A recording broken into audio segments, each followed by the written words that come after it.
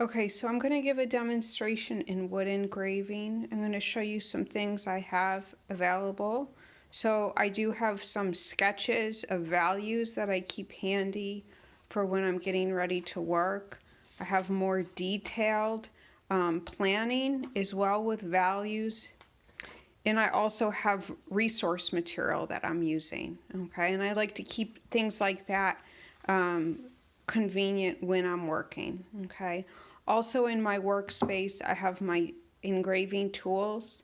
I have a sandbag. Now, you don't have to have one of these for engraving. This is actually just a new purchase for me. But if you do like wood engraving, I'd recommend you purchase one, and you'll see why. It allows for easy, flexible movement. And then I have my block. Now, you'll notice on my block, okay, we're all using the same wood right now. It's an end grained maple.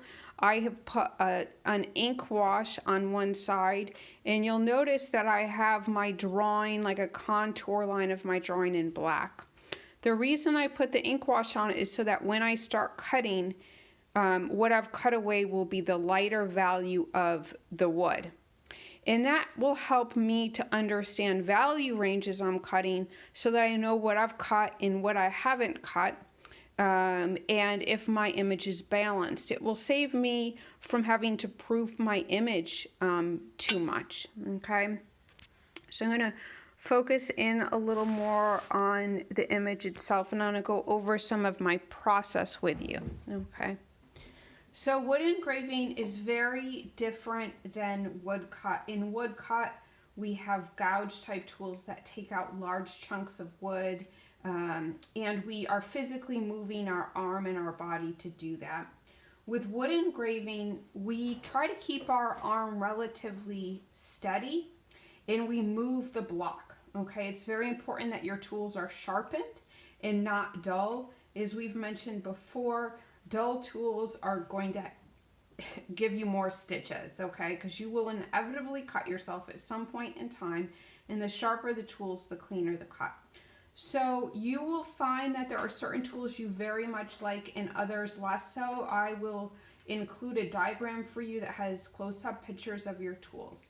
But I'm going to show you a few different ones. Now, one of my favorite ones is the more elliptic shaped tool called the spit sticker, and I use that tool a lot. So let me just demonstrate. I'm going to edge out my moon here, and I'm going to show you now. In woodcut, we would actually physically move the tool, but you'll see that when I do this, I move my block. Okay, so I'm going to have one hand on the block, one hand on the tool, and I am going to take that tool and hold it steady, but you'll notice that I am moving and curving my block along the line that I need. And you'll see, do you see this little piece of wood that's kind of coming up, okay? This is why it's so important to have sharp tools. This will be, the duller your tools are, the harder it will be.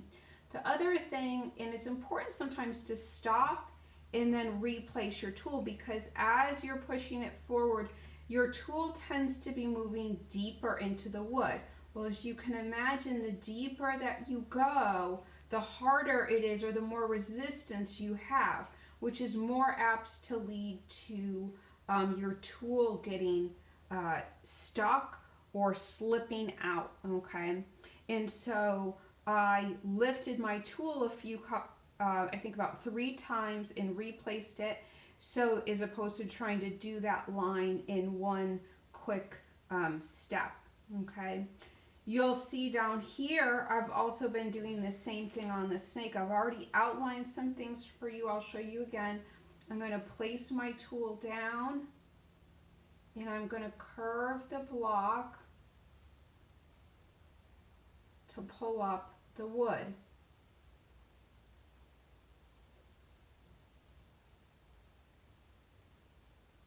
Some people like the V tool for this as well. Like I said, you're going to find certain tools you really like and use more than others. So test out the different tools and see what you have a feel for, okay? Then I'm going to pick up what looks more like a U-shaped tool. I want these, I've outlined these sections I want to cut out, but the U-shaped tool is thicker. And so I can then place it in between those lines I've cut out and lift out larger portions of wood. Okay, do you see that thick piece of wood just came out? It's important to remember you don't have to go too deep, okay? But because if you start getting too deep, you're going to find you get more and more resistance, which is going to make your job harder, okay? And I turn my block all different ways to suit the movement that I need to go in. Getting something like this started simultaneous to your wood cut, as we've talked about, will be beneficial, because if you train yourself too much in the wood cut before doing this, it's almost like retraining yourself to work a different way. Even though they're both done with wood, they're very different in look. Wood engraving, this block is a 4x6. It's about very small detailed work, whereas a wood cut you can easily do very large pieces. You would never do anything extremely large in wood engraving, okay? And you'll notice that what this bean bag or sandbag does is it just simply allows me to, it raises the block a little for me, and I can easily slide my block around, okay?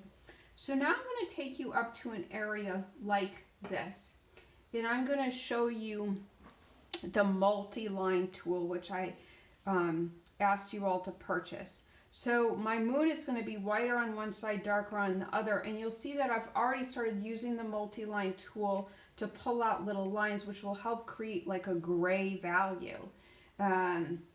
I simply place that multi-line tool where I want it, and again I turn the block and it lifts up little lines of value, okay, as opposed to having a bunch of little lines. The other thing I can do is if I want to build up lights, is I can turn my tool and go over, almost creating a cross hatching. This tool is very fine. I think it creates about 7 lines, where you can buy multi-line tools that create anywhere from 2 to 3 to 4 lines, okay? And so by using it multiple directions, I'm slowly lifting value, okay?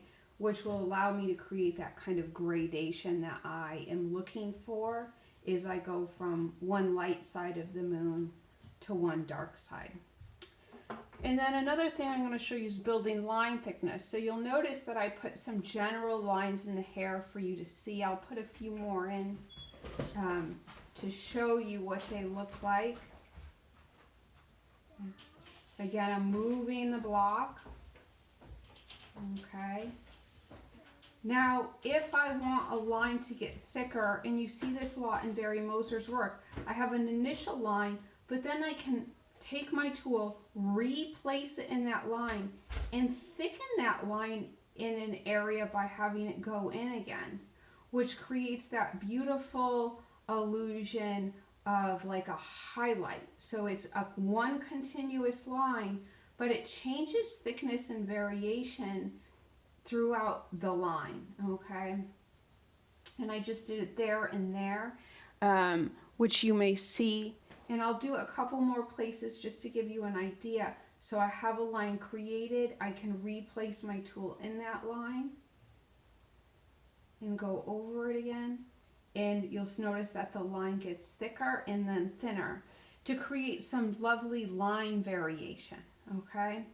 And those things are important. This is about detailed work, okay? These little engravings that you work on are about kind of exploring line, but it's very different than working with a pen, because you're really working in reverse. You're starting with a solid black and you're slowly taking away. You'll notice also that I continue to kind of move around throughout. You know, if I want some craters in the moon, I might outline them. And then I might take that U tool again and pull out more value with it.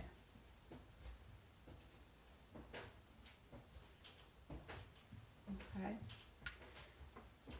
Another tool I have is a dot or stipple tool, okay? And you'll notice that it has a different shape than many of the tools, okay? So what I have done is I might want an area that's predominantly dark, but I can pull out little dots of white in order to, again, create that variation. And on that Pinterest page you'll notice that there are certain artists that do almost all stipple work, okay? And the size of their stippling, as well as how much stippling they utilize in certain areas, create values, okay? This is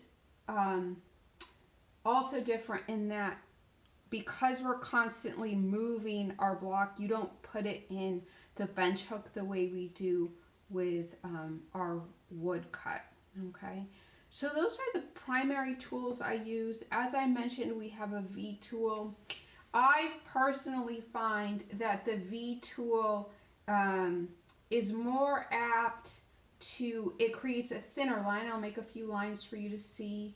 It certainly has a thinner line, but it's more apt, at least when I'm using it, I find that it gets deeper as I go. And the deeper you get, the more resistance you get.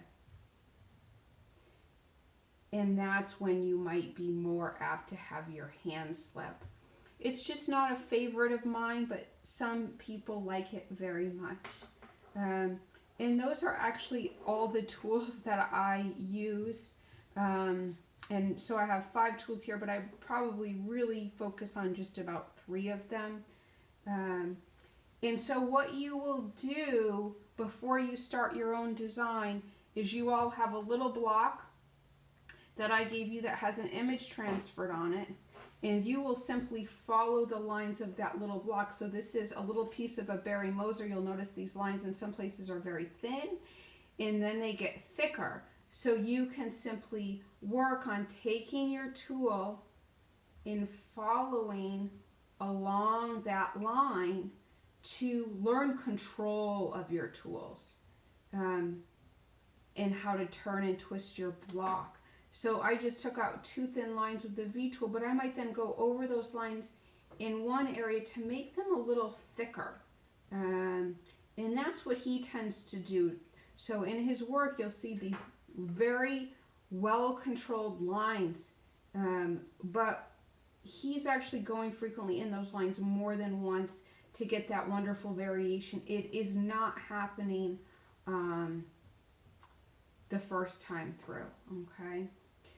So you will start with that smaller block. You have 2 different images for that smaller block that are very different. They'll show you how to do a range of straight lines and curves, different thicknesses. And that will give you a lot of skill in control before you move on to your own image.